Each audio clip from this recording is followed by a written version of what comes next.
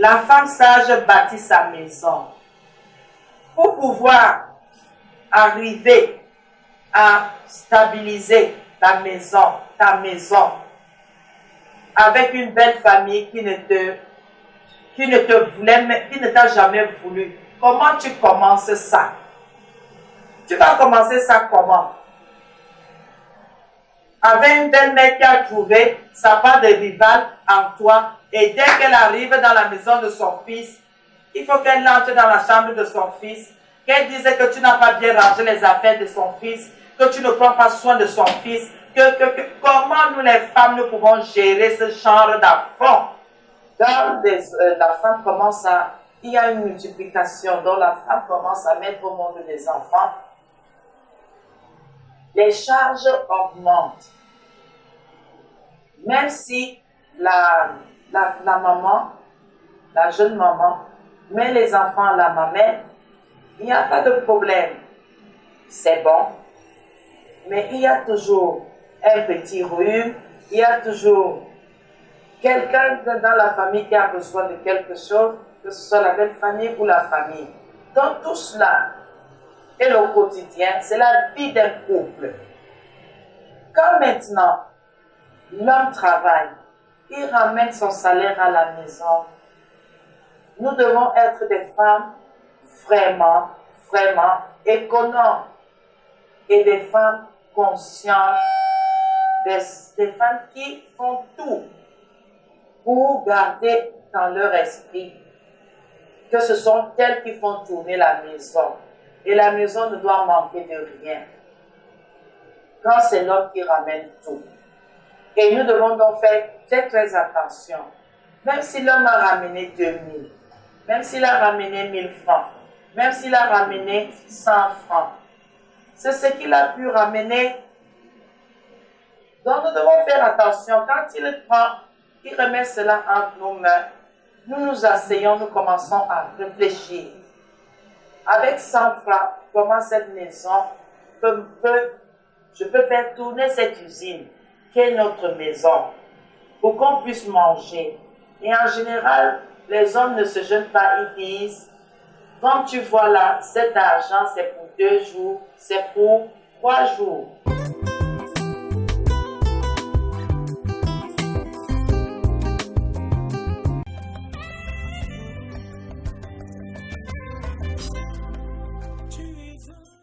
Chers auditeurs bien-aimés dans le Seigneur, bonjour. Que le Seigneur nous bénisse encore ce matin et que sa puissante main nous accompagne tout le long de ce jour. C'est pour la gloire de son nom que j'ai prié. Amen.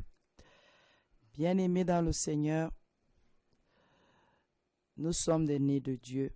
Et la Bible dit que les nés de Dieu ont perdu le pouvoir de violer la loi encore du Dieu en qui ils ont reçu la nouvelle naissance. Il y a des thèmes que quand on les aborde, quand le Saint-Esprit vous conduit là-dedans, c'est très difficile à transmettre et faire comprendre aux uns aux autres par le Saint-Esprit que le Seigneur n'apprécie pas. Ce matin, nous allons parler de la haine. La haine. Qu'est-ce que la haine? Certains vont vous dire que c'est un sentiment. Et quand on parle de sentiment, on va dans le domaine des émotions, dans les activités de l'âme. Et la Bible dit, c'est l'âme qui pêche, c'est celle qui mourra. Et si l'âme qui pêche, c'est celle qui mourra, les émotions se manifestant étant le siège, c'est l'âme. Comment je fais donc pour gérer mes sentiments? Est-ce que quelque part la Bible demande de gérer ses sentiments ou d'accepter la parole de Dieu et de se laisser guider par la parole de Dieu? C'est très fin, c'est très délicat. Qu'est-ce que la haine? La haine est un sentiment qui pousse à fuir, à repousser ce qui qui en est l'objet, ou même à l'attaquer pour le détruire. Écoutez très bien. Quand on parle de la haine, on parle de quelque chose qui remonte en toi. La première réaction, c'est de fuir la personne ou la chose qui fait remonter cela en toi. Le deuxième niveau, c'est de repousser. Le troisième niveau, c'est d'attaquer pour détruire. Le quatrième niveau, c'est détruire.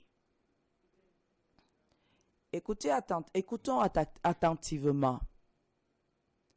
Quand quelqu'un commence à remonter certaines choses, restons vigilants.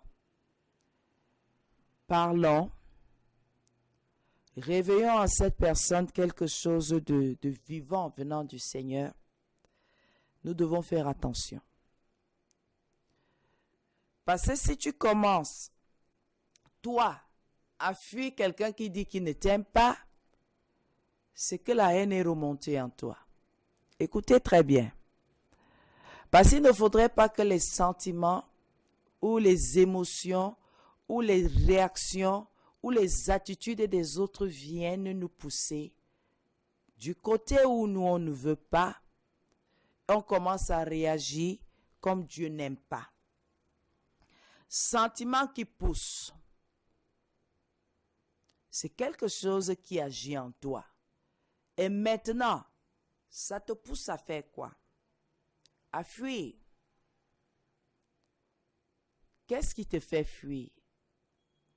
Et qu'est-ce que tu as déjà en toi? Qu'est-ce que tu rumines? Qu'est-ce que tu es en train de mâchonner? Et quand tu fuis l'origine. Tu fuis la personne qui suscite ça en toi. Mais aussi tu as oublié quelque chose. Quand tu fuis, il y a une réaction, il y a une action que tu commences à faire. C'est que tu repousses ce qui concerne cette personne. Tu commences à repousser tout ce qui vient de cette personne, tout ce qu'on peut dire de cette personne. Si tu es déjà dans cet état, tu es en danger. Ça veut dire que petit à petit, la haine est en train de gagner ton cœur. Ça te pousse à fuir, à repousser. Donc tu rejettes. Et dans l'amour de Dieu, c'est interdit de rejeter les gens, de rejeter tes semblables. C'est interdit. Et tu repousses quoi? Tu fuis quoi? Ce qui en est l'objet dans l'origine, la personne. Tu fuis, tu repousses. Et c'est une émotion, c'est un sentiment. Tu restes comme ça, tu dis, mais je ne supporte pas cette personne. C'est tendre de dire que tu ne supportes pas, dire que tu as de la haine.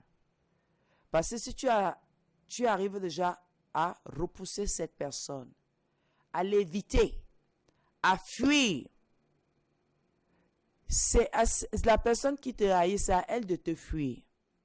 C'est à elle de te repousser. Toi, vis ta vie tranquillement.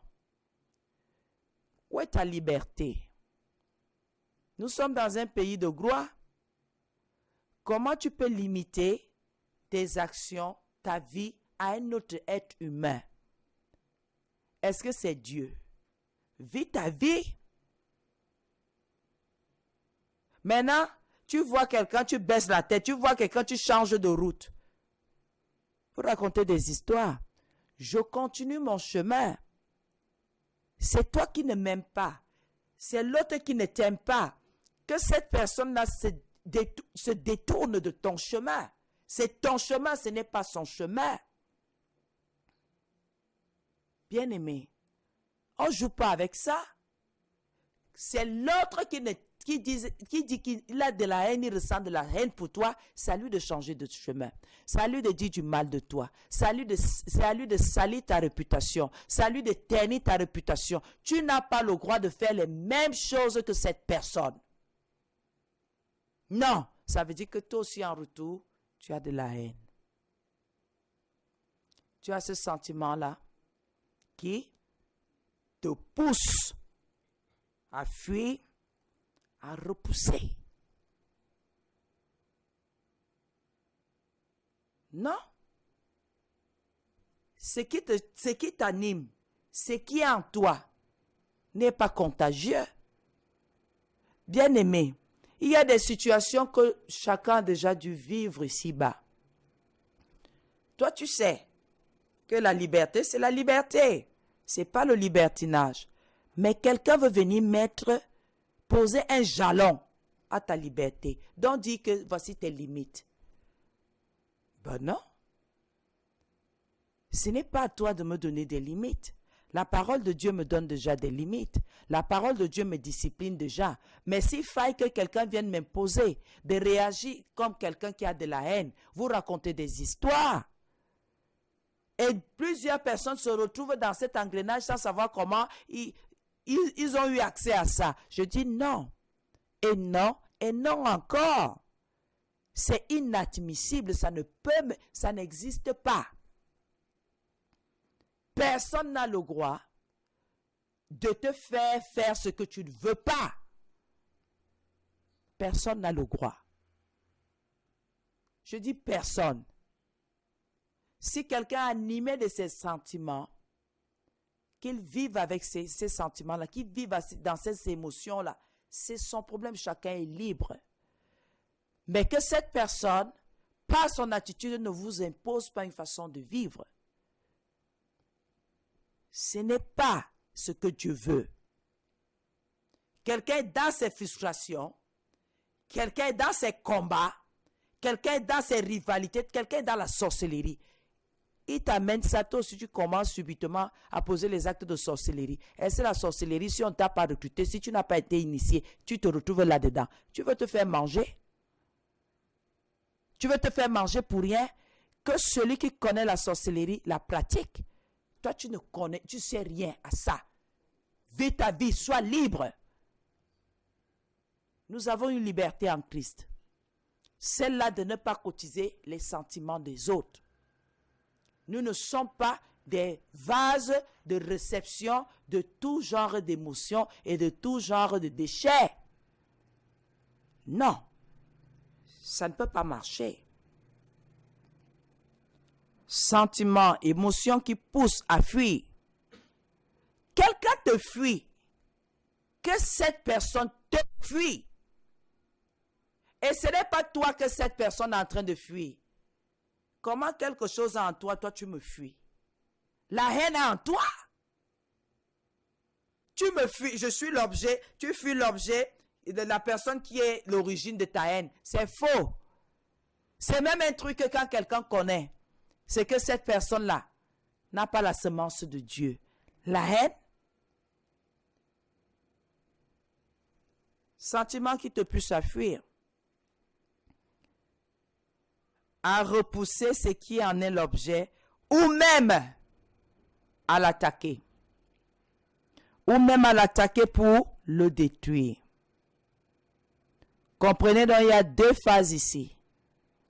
Fuir, repousser, et d'un côté, attaquer pour détruire. Vous allez vous rendre compte que chez certaines personnes, tout ça est rassemblé.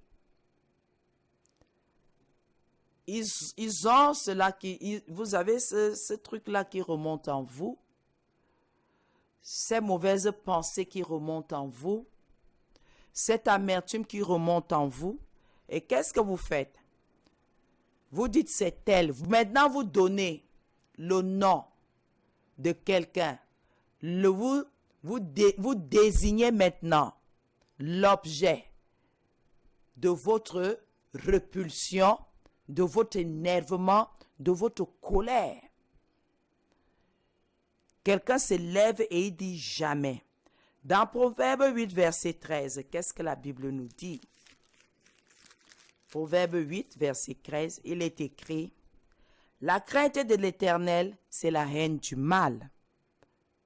L'arrogance et l'orgueil, la voix du mal et la bouche perverse, voilà ce que je hais.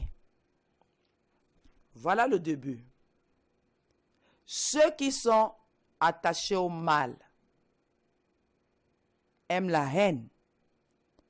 Mais ceux qui craignent Dieu, qui respectent le Seigneur et qui aiment le Seigneur, ont des répulsions pour le mal. Le rejet du mal. Ils refusent de pratiquer le mal. Ils refusent de participer là où les gens veulent faire du mal. Mais si vous voyez quelqu'un participer au mal, c'est qu'il n'aime pas Dieu. Il a de la haine envers le Seigneur. Il faut faire très très attention. Quand la Bible dit, la crainte de l'Éternel est le commencement de la sagesse. Et le commencement, pour dire que quelqu'un a une ouverture, il peut discerner et il peut refuser de faire. Dès que tu as déjà la crainte, il y a le mal que tu n'aimeras pas. Mais si quelqu'un aime à faire du mal, ne vous en faites pas. Cette personne ne craint pas Dieu.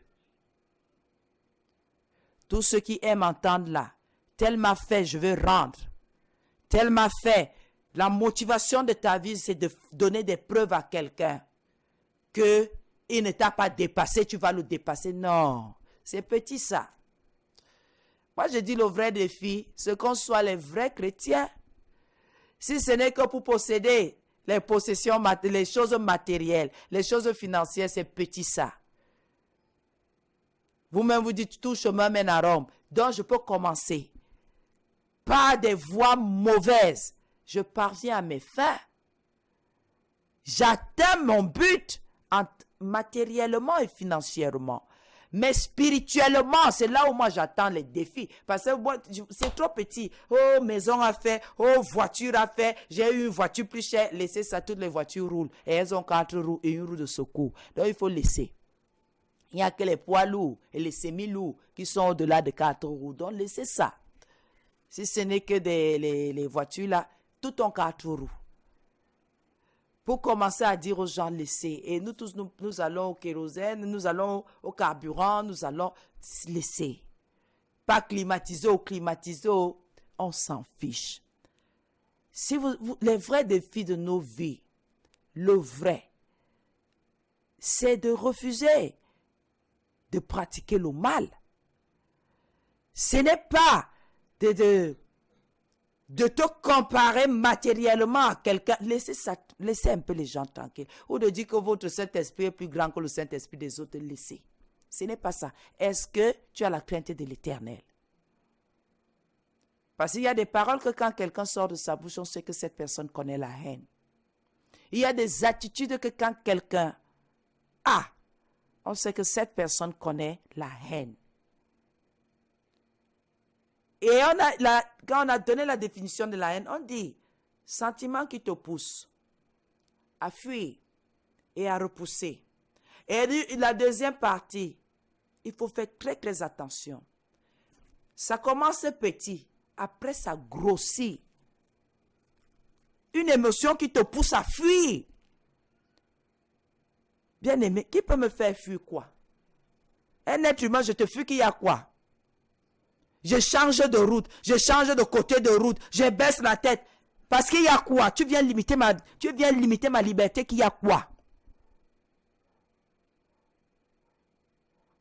La deuxième partie est ou de s'attaquer pour le détruire. Donc quelqu'un fuit d'abord. La ruse. Repousse la ruse pour aller contourner, pour venir t'attaquer, pour te détruire. Comprenez donc que tous ceux qui disent qu'ils vous haïssent, le but à atteindre, c'est de vous détruire. Et ne jouez pas avec ça. Il y a des gens qui ont attendu 30 ans, 50 ans pour détruire les autres, pour les atteindre pendant qu'ils sont faibles. Restez vigilants. Quand quelqu'un déclare « J'ai de la haine envers toi », ne prenez jamais ce mot, parce que pour que ce mot sorte de la bouche de quelqu'un, il n'est pas facile. Et en plus de ça, quelqu'un ne peut pas le prononcer sans savoir de quoi il s'agit. Ne vous avisez pas, dites non, comme vous aimez, analysez les choses parce qu'aujourd'hui là, je ne pèse pas les abcès avec beaucoup de délicatesse. Aujourd'hui, je les écrase. Quand quelqu'un dit, parce que vous savez, le français a multiplié les mots seulement pour embrouiller les gens. Je te déteste, c'est que je te haïs. Vous comprenez? Je te déteste. Je n'aime rien de toi, je ne t'apprécie pas. Je préfère que tu disparaisses. Donc, il faut faire très très attention. Parce que ce matin, on parle de la haine. Et de la haine seulement. Il n'y a pas autre chose, on parle de la haine. Quand quelqu'un vient déjà, il s'attaque à toi. S'attaquer, c'est quoi? Je peux te dire des mots méchants. Je peux te traiter d'une façon vraiment bizarre. Il y a des mots que quand quelqu'un vous dit, tu es qui? Tu es quoi? N'est-ce pas la terre tourne? Nous verrons. Ne prenez jamais ça à la légère. La terre tourne, ça veut dire quoi? Ça veut dire qu'un jour tu seras dans la pénombre ou dans les ténèbres, lui sera sous la lumière, il va te montrer. Et vous qui ouvrez les bouches pour dire ce genre de choses, ne vous dites pas aussi que vous parlez aux sourds. Et si cette personne n'est pas affermie, tu viens de donner une occasion pour que quelqu'un te fasse du mal ou fasse du mal à ta famille un jour. Vous êtes en train de vous amuser. On ne joue pas avec ces choses-là. Quand quelqu'un a confessé ça, sorti de sa bouche, c'est que cette personne a réfléchi. Quelqu'un peut vous dire, tu m'énerves. Tu m'irrites. C'est abordable. Mais quand quelqu'un te dit, je ne t'aime pas. J'ai de la haine.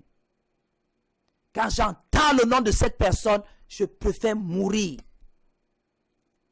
C'est déjà de la haine. Donc cette personne ne t'a pas vu parce qu'on a dit qu'on repousse l'objet dont la personne. Et la deuxième partie, c'est qu'on s'attaque pour détruire. Si quelqu'un ne veut même plus entendre ton nom, que quelqu'un d'autre mentionne ton nom, c'est la haine. On ne prend pas de gants ici ce matin, c'est la haine. Quelqu'un te voit, il court, il se cache, c'est la haine. Quand tu le coinces, il vient te tendre la main embarrassée, il ne peut même pas te regarder et te sourire, bonjour, comment tu vas? C'est la haine. Ne vous en faites pas.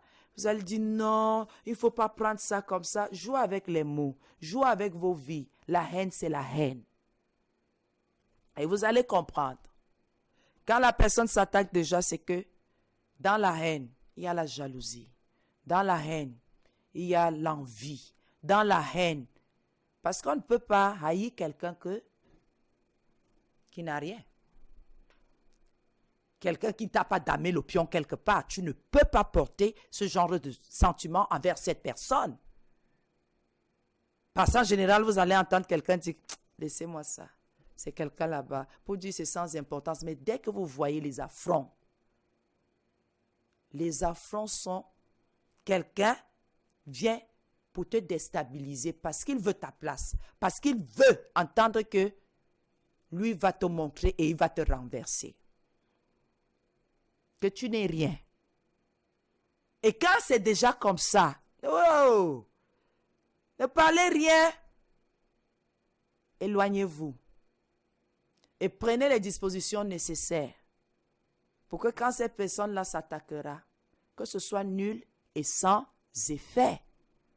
Priez. Pourquoi? Vous n'avez pas le droit d'avoir les mêmes sentiments que cette personne. Non. Ça ne s'achète pas au supermarché. Et vous n'avez jamais compris. Pour que quelqu'un connaisse la haine, c'est qu'on lui a enseigné la haine. Oui. Un enfant qui n'a pas vu ses parents manifester ce sentiment ne peut pas le manifester. Un enfant qui n'a pas vu dans son entourage quelqu'un réagir de la sorte ne peut pas manifester ces choses-là. Quand vous voyez les adultes qui connaissent la haine, ne vous en faites pas. Ces gens-là ont évolué dans un environnement malsain.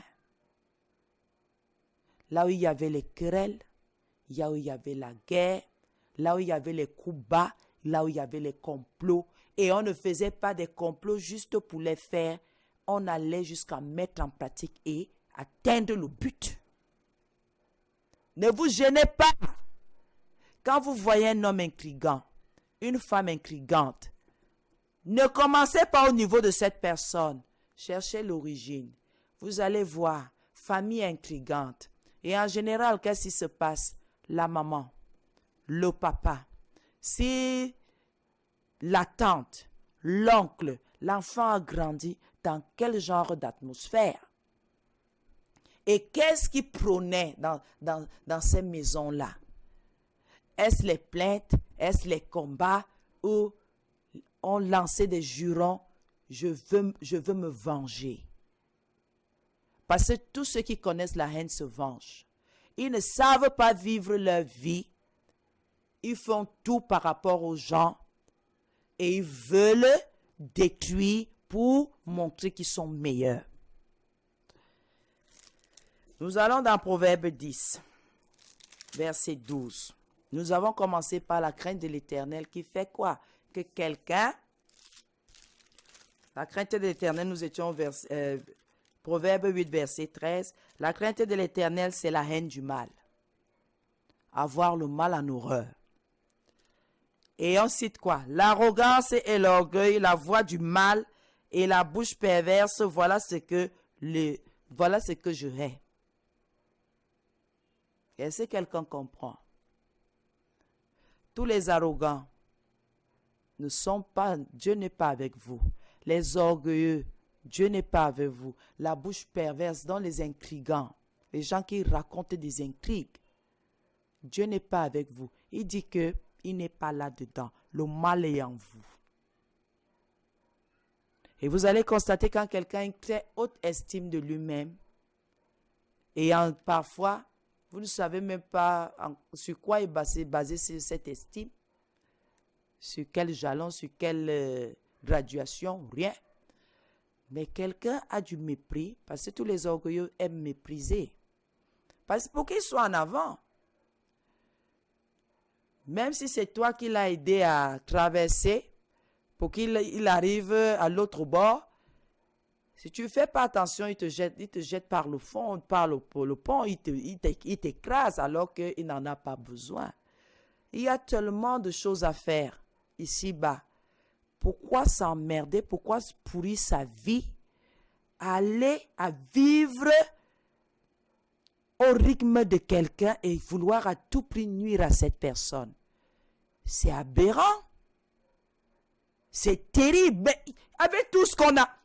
Si je suis à Yaoundé, va à Gaoundéré. Si je suis à Gaoundéré, va à Douala. Si je suis à Douala, va à Bafoussam.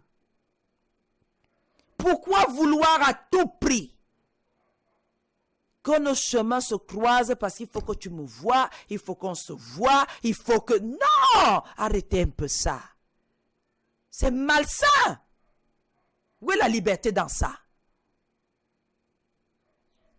Proverbe 10, verset 12. La Bible dit, la haine excite des querelles, mais l'amour couvre toutes les fautes. Quand vous voyez les gens se quereller, c'est parce qu'ils ont... Là, il y a la haine là. Il y a la haine. Ne prenons plus les gants. Vraiment, il y a haine. Il y a que on veut. Il y a un sentiment qui nous tourmente. Un sentiment qui nous tient. Et on veut faire quoi? Qui veut nous pousser à fuir. Tu veux fuir qui? Et pour aller rester où? Et pourquoi faire? Tu repousses quoi? Vous savez quoi? Si c'est ça, ce stylo, qui a de la haine envers moi, qui ressent de la haine envers moi, si le stylo s'il vient face à moi, moi je ne veux pas me détourner. Hein? Je veux continuer mon chemin. C'est celui qui ressent de la haine qui doit fuir. Et là, je saurai quels sont ses sentiments.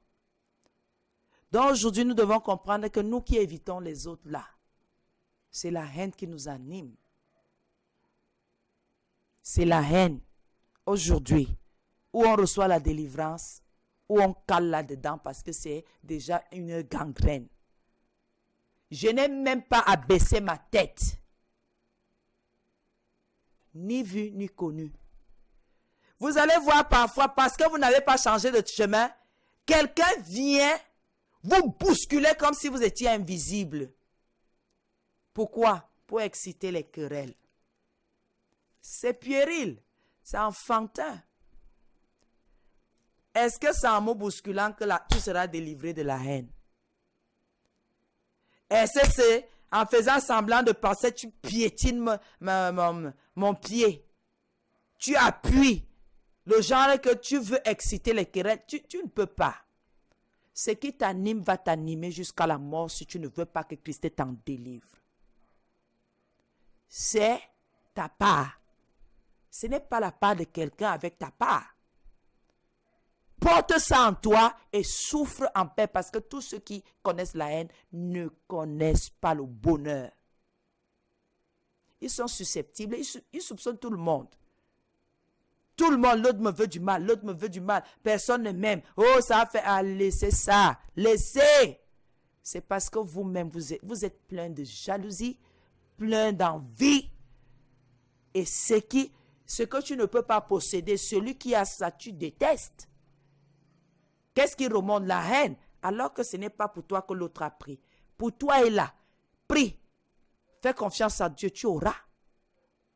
Pourquoi tu viens t'attarder sur celui-là? Est-ce que c'est Dieu là-bas? Passe ta route. Les gens, vraiment, c'est bizarre. Pourquoi tu me provoques? Pourquoi tu me provoques? Provoque-moi autant que tu veux. Si c'est ta part de travail que le diable t'a donné, je dois faire quoi? Accomplis ta mission, provoque. Vous demandez même souvent aux gens que pourquoi tu passes autant à me provoquer? Parce que la personne ne sait pas ce qu'elle fait. Vous savez ce que c'est que la haine? Regardez comment l'amour nous dépasse à recevoir et à le manifester. La haine est plus facile parce que tous ceux qui ont de la haine raisonnent. C'est parce que tel m'a fait telle chose, tel m'a fait telle chose, tel est toujours sur mon passage, machin, machin. Qui est sur ton passage? Qui t'a fait quoi? La haine? Et tu arrives à haïr, à avoir ce sentiment profond qui te pousse à attaquer. Tu passes autant à provoquer les gens et après tu te plains que ce sont les autres qui te provoquent. Bien aimé, parfois vous passez votre route.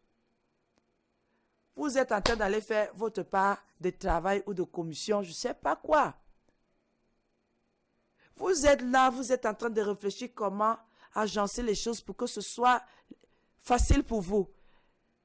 Vous marchez. Pendant que vous êtes en train de... Vous voyez comment les choses se passent devant vous. C'est là où votre attention est retenue. Mais qu'est-ce qui se passe même devant moi? Vous vous rendez compte que ceux qui se sont déclarés vos ennemis sont devant vous et ils sont en train de chercher à vous attaquer. C'est la destruction qui a commencé. Pour raconter des histoires. Vous allez comprendre aujourd'hui que tous ceux qui connaissent la haine ont laissé le diable les convaincre. Tous ceux qui manifestent l'amour ont laissé, se sont abandonnés, se sont laissés dans les mains du Seigneur. Il n'y a pas qu'aujourd'hui je connais la haine, demain je connais l'amour, c'est faux. La haine a quelque chose. C'est une empreinte indélébile. Si tu n'acceptes pas que c'est la haine qui t'anime, tu vas toujours justifier tes actes. Ça ne sert à rien de les justifier. Vous savez, bien aimé, j'ai posé la question un jour à quelqu'un. Au fait même, qu'est-ce qui ne va pas? Pourquoi tu dis autant de mal me concernant? Qu'est-ce que je t'ai fait?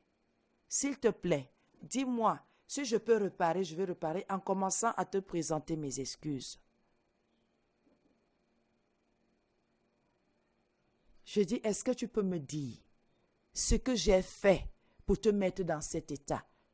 Bien aimé, vraiment, la qualité de réponse qui t'assomme, la personne me dit, tu ne m'as jamais rien fait. Je dis, mais non! Comment tu peux me dire que je n'étais jamais rien fait? Dès qu'on prononce mon nom, les mots que tu alignes ne sont pas normaux, ce sont des choses graves, des choses méchantes. Comment tu peux dire que je n'étais rien fait alors que tu dis ces choses? C'est là où cette personne prenait conscience que c'est vrai. Elle dit des choses graves. Elle a sursauté quand je lui dis que, mais comment quand tu parles de moi, tu dis des choses terribles et tu dis que je n'étais jamais rien fait. Ah, c'est vrai. Je lui dis non, ne dis pas que c'est vrai. Dis-moi ce que j'ai fait, je te demande pardon. S'il te plaît. Et s'il faut réparer, tu me dis comment je dois réparer, je veux le faire. Je vais arranger ce problème. Non, non, non, tu m'as rien fait, mais je suis en train de te dire que tu ne m'as rien fait. Vrai, ça sort de mon cœur, tu ne m'as jamais rien fait. Tu ne m'as jamais fait du mal. Je dis, mais... Et la souffrance que je porte depuis des années là, que quand j'entends de tes nouvelles, j'entends ce que tu dis de moi, et parfois même, je suis là, je suis à quelques mètres, tu es en train de saboter à mort, et tu dis qu'il n'y a rien. C'est quelle qualité de souffrance que tu m'imposes comme ça, pour rien? La seule réaction de cette personne a été de baisser la tête. J'ai dit à mon mari, tu entends? Et c'était devant mon époux. Tu entends? Que je n'ai rien fait et je souffre comme ça depuis bientôt 8 ans pour rien. Ce n'est pas normal. Ce n'est pas normal. Si je te dis que tu n'as rien fait, c'est que tu n'as rien fait. N'insiste pas. Vrai, tu ne m'as jamais rien fait. N'insiste pas. Je dis, ce n'est pas possible. Ça m'a même encore plus fait mal que tout ce que j'avais déjà entendu et tout ce que lui-même il m'avait déjà dit en face. Ça m'a assommé. Ça m'a rendu plus triste. J'ai dit la qualité de Mosi. Comment je fais pour que cette personne en soit délivrée? La qualité de maladie ici. Quelqu'un a plein de plusieurs des choses et des choses. Je fais comment, je prie comment ici. Plus la personne déclare qu'il n'y a aucun remède. Il n'y a aucun médicament. Je ne peux rien. Je me suis résignée dans la prière. Je suis rentrée dans la prière pour dire que je crois qu'il n'y a